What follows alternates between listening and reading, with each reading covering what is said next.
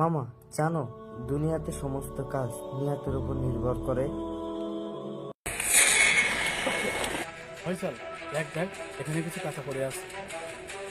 আশপাশে তো কেউ নেই।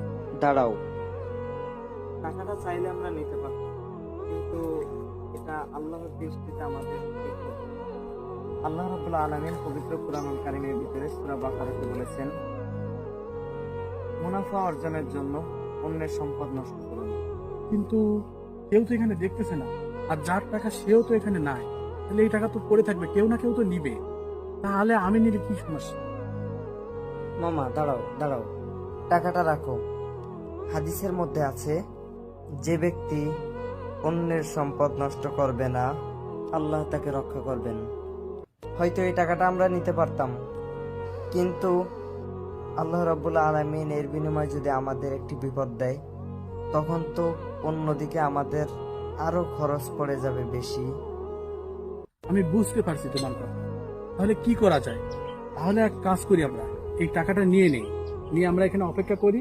যদি এমন কোনো ব্যক্তি দেখি যে রাস্তা যাতায়াত করতেছে এবং সে টাকা খুঁজতেছে, তার টাকা আমরা তাকে দিয়ে দেই।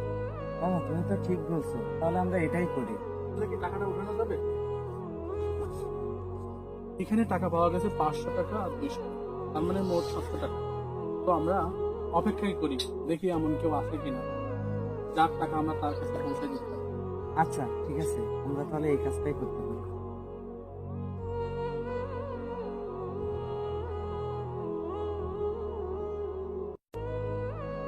মামা, ওই যে দেখো একজন লোক আসতেছে, আমরা অপেক্ষা করি, দেখি ওই লোকের টাকা আছে। ওকে, তাহলে আমরা এক সাইডে দাঁড়াই, দেখি যে ওনার টাকা কিনা।